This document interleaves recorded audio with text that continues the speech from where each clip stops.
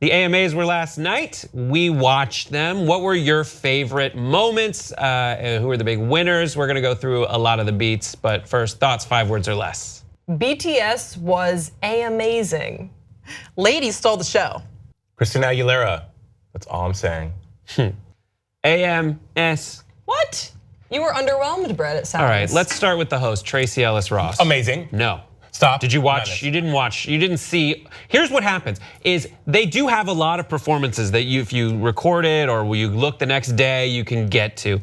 Tracee Ellis Ross is just too much. I didn't know she was Diana Ross's daughter, and Diana Look Ross. the same. First of all, that's racist. No, it's I didn't not. know, Yeah, but when you Jason. find out that she's Diana Ross's daughter, for me anyways, she just, none of her like jokes hit, and she was just too much. I just wanted to turn her down and have like, let moments play. She just steamrolled through everything, and to me, she seemed like she was still like a 9-year-old. And at the end, like her, whatever, someone in the family that Diana Ross brought up, there's like a little version of her that was like hamming it up and stealing the mic, and it just was like too much for me. What did you guys think of Tracee Ellis Ross? I thought she did a fine job. I mean, I understand what you're saying in the sense that she was very excited to be hosting, and I thought that was palpable, but I really like it, and it suits the AMAs because the AMAs are sort of more relaxed. It is all about the performances. It's sort of like they do hand out awards, but it's not the Grammys. It's all about the performances. There's 3 nominations instead of 5 for most of them. I thought that she handled it well in the sense that you tune into the AMAs because you want to watch the performances. She was incredibly excited and jazzed up about what was coming in the show, so she fed into that atmosphere. But she's not a comedian. She's not a typical host, I suppose, and she is Diana Ross's daughter, so she lend itself for this platform. Do I think we're going to see her hosting a whole bunch of award shows from now on? Do I think that she even wants that? Yeah. No, but I think it was a nice nod that her mom was getting the. Was it like a Lifetime Achievement Award? Yeah, it was a Lifetime Achievement. And it was, I love that performance. If you want to talk about performances, what did you guys think of the Diana Ross performance?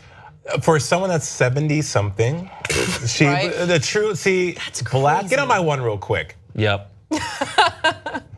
Diana Ross is a clear example that black for sure just doesn't crack. She looked good. Amazing, yeah. Thank you, everyone. Oh, Diana Ross did the wind in the hair before Beyonce did. I thought it was great. Just let me talk about, comment on Tracee Ellis Ross. I saw some of her bits online because you can see stuff. Yes, she was excited. She's not a typical host, but more times than not on the AMAs, the hosts that they get are not typical hosts like Jennifer Lopez, LL Cool J, or whoever. So I thought she was great, and I thought she fit. Being, Black-ish is a very, very, very, very popular show on ABC. And she's good on it. She's really good on it. Yeah, so I thought she was an interesting choice though. Out of all the people, they could have had Sierra again, because I know one year they had Sierra and Ludacris, and then but. She was okay. You're right. The AMAs are all about the performances. Also, the AMAs are about kind of resurrecting people's careers that haven't been in the spotlight for a while. Or if you have a new album coming out, you perform on the AMAs because Dick Clark Productions like, listen, your album comes out January 1st. Fine, Tony Braxton perform on the AMAs. You can go on before that BTS crew. That's what they're known for. Overall, her hosting was, on a scale of 1 to 10, about a 7. I was just overreacting probably. Any performances stand out to you? Pink's performance for one, Really? which was, I guess, recorded here in LA previously, right? Downtown. It was incredible. I mean, I shouldn't be surprised by what she can pull off anymore, but she somehow just like puts together this incredible performance, this like literal death-defying performance. Yeah, tell people what was happening if they haven't so seen she it. was like suspended on the side of, I forget. JW Marriott. JW Marriott, literally suspended from the side, or like from the top, but like on the side with all these different dancers who were also suspended, doing all these crazy acrobatics. It's stressing me out to hear you talk about it because it stressed me out watching it. I was just like, oh, and her voice is incredible. It's just, she's just such a great performer. With Kelly Clarkson, Everything Hurts by R.E.M. And I think that what I really liked about this year's AMAs were the performances vocally were standouts. Demi Lovato had an incredible performance of Sorry Not Sorry. Kelly Clarkson, Pink, absolutely slayed. I like your 5 words or less that ladies stole the show because the female vocalists that performed were amazing. Were just I thought were totally on point. I think we forget about how amazing of a singer Kelly Clarkson is. She's so good. She's just, her voice is out of this world. It is. Miss Independent is a damn good song. That was great. I don't know why they started the show off with like Jamie Foxx coming out with his daughter saying like, please make her a thing so I can retire on what she makes. even though he's doing great. But she's a knockout. I hate to sound like a 500-year-old man, but what a knockout his daughter. Anyways, they come out and then he makes like this statement like he's running for president and he's like, we still can come together over music. And then they start the show off with Everybody Hurts. What a downer. Like a sad ballad to start the show off. And then maybe that's why when Tracee Ellis Ross comes out, I'm like, whoa, we need to turn it down. Yeah, that performance, I mean, vocal powerhouses for sure. All last night. Pink, consummate performer, consummate perfectionist. As far as her performance goes, because I've seen Pink so many times, I thought the feat was amazing. I felt they could have, when you're watching it, yes, where we get that they're suspended on the side of a building, but it was hard to watch, like, because they're so far away. Visually, it was just like you're trying to like see Pink perform, and she sings live. You're like, wait, and then it was like very Doctor Strange when they're writing on the side of the building. You're like, okay, do I have to watch it like this? Yeah. But people really took to Twitter over Christina Aguilera because it's the 25th anniversary of The Bodyguard, which fantastic movie, amazing soundtrack. If you haven't, I mean, come on, where have you been if you haven't listened to the Bodyguard soundtrack? #1 selling soundtrack of all time to this day. Wow. But people thought, okay, Christina Aguilera is definitely the voice of a generation. I mean, she has the pipes. I felt someone else could have done it better than Christina, believe it or not. Deborah Cox, who was Clive David's protege. She was posed to be the next Whitney. Clive Davis discovered her back in the 90s. She rightfully should have been the heir to Whitney's throne, if you will, and perform that because she played Rachel Marin on Broadway in The Bodyguard. And I feel like the affiliation and just the whole 90s parallel with Whitney and Deborah, if you will, would have been better than Christina. Not that Christina didn't do a good job. Christina, I mean, so I will go out on a limb. I don't even think it's a limb anymore, and say like Christina was so weird to watch, right? Because you would have these bars that she sang that were just identical to Whitney Houston and so very impressive. But if she was her own coach on The Voice, she probably would have told herself, let's lay back on the trills a little bit. People are waiting to hear that Whitney Houston cadence at the very least. Give them that. She did so much, and they cut to Pink for a moment. And Pink was making the exact same face I was making at that time. At that time, she was just like, what are we doing? You're like lagging behind. You're trying to like Billie Holiday this and like sing like way past when you're supposed to be singing. It felt like they were out of sync with the band at some time.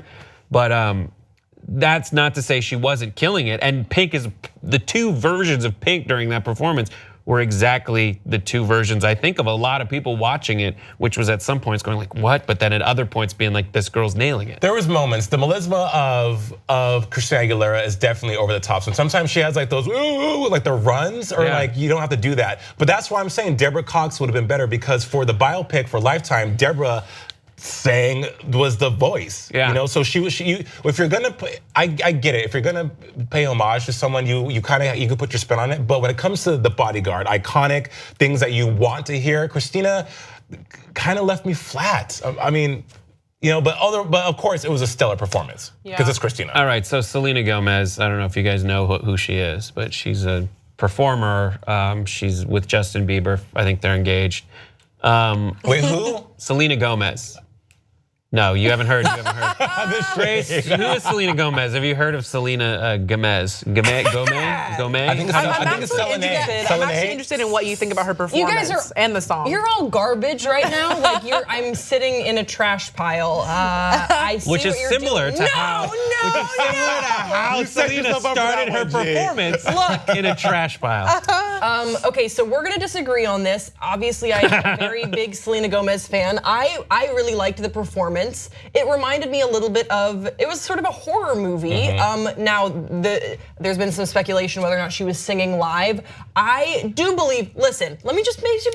I think she was singing live. I think she had a robust backing track that she was singing along with, but I think you can hear that she is singing live. It was a very physical performance. So she's not the only person that was, singing with a backing track. She may have been singing live, but you couldn't hear that. Yeah, you couldn't hear You her. could not hear even a trace. There are times when she pulls the microphone all the way down to her hip, and you hear her just as loudly as you did when the microphone.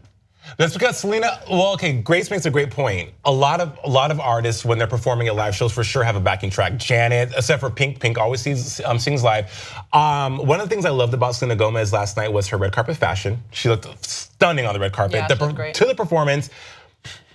Also, look, I love the performance, to be honest. I loved it was so fine. much. It was a okay, great performance. do your thing. I didn't mind that, her mic was maybe turned off or way down, whatever. I mean, Grace, you have to turn your mic off. You have to admit that it sounded exactly like the track that you'd buy off iTunes. Exactly. So, then great. No. There's a difference because when I heard Diana Ross sing Diana Ross songs, she was singing very similarly to the ones you've heard. Okay, but you know that she's singing Go ahead, Grace. live. Save it, Grace. Save it. Give us the deets. This is Grace. what I would let. You don't have to lie for her. She never did anything for you. Oh my gosh. This is what I would put forward. Kill them with kindness. There's room for everybody for what they do. For example, Demi Lovato, you know that you're gonna get some slaying live vocal. Like she is gonna give her own rendition for how she's feeling in that moment to her song Sorry Not Sorry. The focus is on her voice. What I love about Selena Gomez and her new work that she's been putting out is that it's way about the performance art. Yeah, I agree. She's not trying to slay you with her vocals. It's all about the aesthetic that she's presenting. Felt like a high school. And I'm okay with that. Yeah. We look at it for all the video for the video for Wolves. That's a great example too of like these. She puts out these art pieces for her music videos. Again, I know I'm super biased, but I like that that is where her intention is on the visual aesthetic that she's putting forward and creating an immersive visual experience. And yes, she sings as well, but that's not night. Potential is only attractive for so long. So like I get what you're saying. Aesthetically, the trajectory of her career is awesome. She's trying this whole new thing, but in this day and age, if you're gonna be a pop star, it's like drag queens that don't know their lyrics and are lip syncing a song, you should know your lyrics too. If you're gonna be on an award show performing choreography and have all these elements to up the ante on your game, then as a performer, you should make sure that you're on point. We don't get mad at Britney Spears. Oh yeah. I think people do get mad at Britney Spears. Yeah. Also, Britney Spears is doing choreography that requires like physical motion, and so there can be sometimes, no, not anymore, but like a lot of the ones who do the big arena shows, they're dancing and like they're not going to have the breath for it, and so it actually a lot of them go in and out of singing versus using the backing track to catch their breath. Selena was going at a snail's pace. I have to agree. And still couldn't she's sing. But she's not entertainer. I really don't mind it. I love the performance. Favorite performance. We have to wrap it up. So favorite performance of the night. We'll start with Grace. Besides Selena, which was your favorite? I would actually say BTS's performance of DNA. I'm really curious to see how American audiences will receive them. They're a huge K-pop boy band, and I thought they absolutely crushed it. Yeah. And I think that there's been a lot of speculation on who's One Direction has gone their separate ways. Who's the next big boy band? I think BTS is it. I predict that in a year from now, they're gonna be probably the biggest, if not, I mean, they're already probably the biggest international boy band, but I think that they are going to cross over to American audiences in a huge way this year. Do you know what their name translates to in English? No. Bulletproof Boy Scouts. Oh, interesting. All right. Favorite of the night? Favorite, I would have to say Kelly Clarkson. Yeah. Kelly Clarkson? Yeah. She's so Her good love is so soft. Diana Ross for me because I think it's great. Well, Dick Clark Productions, Diana and Dick Clark previously had a great relationship. So those heritage legacy artists are always gonna have their place on the American Music Awards. Heritage. But Diana Ross, I mean, listen, you're 70 and you still got it, You're killing them, so it was great. I like that Lady Gaga was having her own concert. Like they just showed something from a Lady Gaga concert that they cut to, and it was just looked way more fun than the AMAs. Yeah. Everyone's having such a better time the multiple times they cut to Lady Gaga. I would like to say a shout out to Khalid for wearing just like a polo and some khakis and giving a great, Imagine Dragons always does great collabs.